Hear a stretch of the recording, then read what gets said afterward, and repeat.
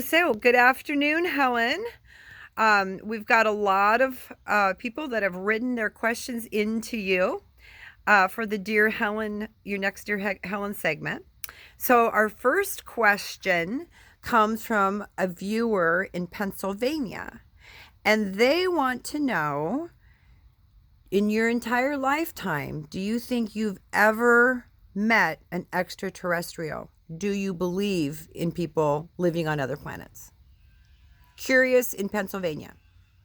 Uh, an outer space? Yeah, An an alien? alien. Yeah. Well, personally, I never did. But I had a friend who had one who she swears was authentically from outer space. And she had a letter that he left for her when he had to go back to his spaceship. And she took it to a psychiatrist who claimed it was a letter of an authentic person. And she said he was very able to do anything. He knew languages, he could do athletics. He was very, very unusual, and he never ever made a pass at her, which is also very surprising. Was he handsome? Apparently so. I never saw him, but I did read the letter, and it was very well put together. But he courted her and wanted her to run away with him on his spaceship, and she was afraid to go, so she lost him. Well, do you believe that there is life on other planets? Well, of course, it stands to reason we're not unique. I agree. I do. I like that answer. Our next question comes from a reader in Portland, and she's met a young man. She's been dating for about 3 months, and he says he loves her, but she's not sure she loves him. So she says, Dear Helen, how do I know if I'm in love? Well, the difference between infatuation and love is very subtle in the beginning. But if you love someone, you love them warts and all. And even if they do things you don't approve of, you understand. If you're just infatuated, it's you're not as forgiving. But I think when you're in love, you know it. You feel it inside. It's very strong. And one friend of mine said, I don't think she'd been married twice, but she said, I don't think I've ever been in love.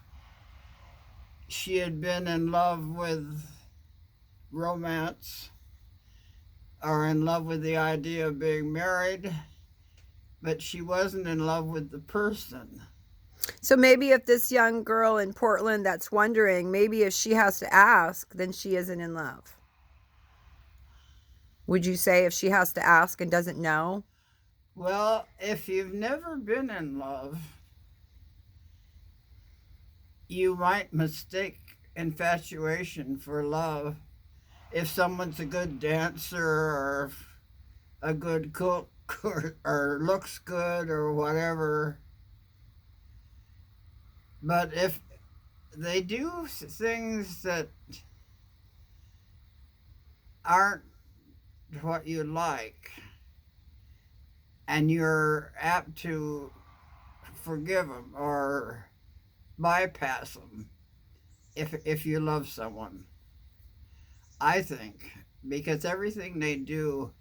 When I was first in love, I went to church one time, and the minister was talking about God, and I thought, that's him exactly.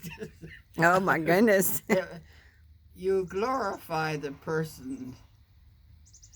It's a little different from infatuation. The person you love gets sort of a glow around them, and it's like something inside you that responds. You get a sunburn. Well, it's like a A sunburn. sunburn inside. I like that answer too.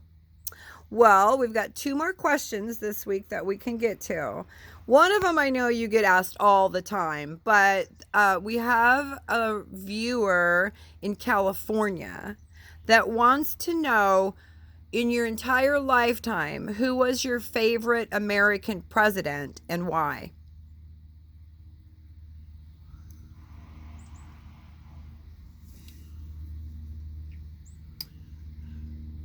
Well, I liked Roosevelt because I grew up with Roosevelt and he saved us in the war. But the more I read about him, I'm not so sure. Um, in retrospect, it's hard to say. Um, Personally, I like Jimmy Carter. He was honest and he was hardworking, but he was very strict. Ronald Reagan was a little too slick. And I hated George W. Bush at the time. Now I think he's pretty nice, but when he was president, I felt he was a failure. Uh, What about Nixon? I was against Tricky Dicky, as he used to call him, because he was Republican, of course, and What about JFK? My mom loved JFK. he was great. He was the whole picture of he and Jacqueline was very appealing, but somehow you didn't take him quite seriously. They were like a princess and princess, prince and princess, and they were both very soft spoken, and of course they were from a social set that were trained that way, and they gave the country a lot of confidence. I liked Harry Truman. He was too basic and full of facts and not very likable, but he was very efficient. What about Eisenhower? Well, I think like lots of people, he only had his reputation as a general, and I don't think as a president he was particularly effective, except that his name was big, and they associated him with the war. Aside from that, I don't think he was. He was an army person who expected the ranks to fall in behind him, and he was adequate. What about Obama? I loved Obama. So maybe he's your favorite so far? Um, Only because I knew a lot more. The early presidents, you didn't hear much. We didn't have a television like we do, and you didn't hear or see them that much. Franklin Roosevelt gave his fireside chats every week, and that was on the radio, he was very close to the people. But no president after that did that. Um, and you had to go sort of by what you read in the paper. Uh, I've never been impressed particularly by any of them. I like it. It's funny when you're younger, you think the president is something very special, but as you get older, you can see they're only people. And they make mistakes Hmm? and they make mistakes and they are just humans. I think that's a very good answer. I do. Well, our last question comes from a viewer in Wyoming.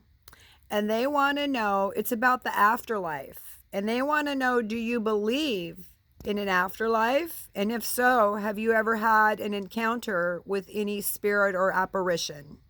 Wondering in Wyoming. I've never had an encounter. I had a cousin who lost her daughter early, and she said if I didn't think I'd see her again, I couldn't make it. But I don't feel that way. I feel that you have a spirit, and when you die, it leaves your body and it mingles with all the other spirits, and it mixes up with the energy. And your energy never dies, but it comes back in maybe a tree or a dandelion or a bear. I like that philosophy. That's like Eastern Indian sort of philosophy. I like that. That's really peaceful and nice. Well, that's all our questions for this week. So we'll get this posted up on YouTube. And then we'll be back next week with more questions. Don't forget to email your questions to dear.helen@gmail.com and we'll get them on the air for you. Do you have anything you want to say to your viewers, Helen? One word before, I've been reading American history, Okay. which is very interesting. And we shouldn't be worried right now at all because this country has gone through things much, much worse. And people have been just as bad as they are today. They've been, and as good. Human nature hasn't changed a bit. So the political, the great divide in the US and all the fighting and all that, we've seen it before, we've gotten over it, Right, we've united and we've moved on and you feel you've seen a lot of that in your lifetime. So you right, feel we're just in one of those ebb and flow periods right now. right. I think that's good and that's comforting. That makes me feel comforted because it is really difficult when all you see is bad news, bad news, bad news about the pandemic and about the president and about the divided nation and all the fighting and cheating and lying. But But think of when they had the Dust Bowl and all the dirt in the Midwest blew away and the people had nothing. And they all came out to California. and now I they mean, there have been times when the Great Migration came in the 1840s, people didn't have anything in the East, and they came. Imagine spending months walking across the country yep. with moldy bacon and not much else to eat. Yeah. So in retrospect, what's happening now, we'll get through this. Well, I certainly hope so. We will. All right, we'll see everybody next week. Wave Okay, goodbye. goodbye.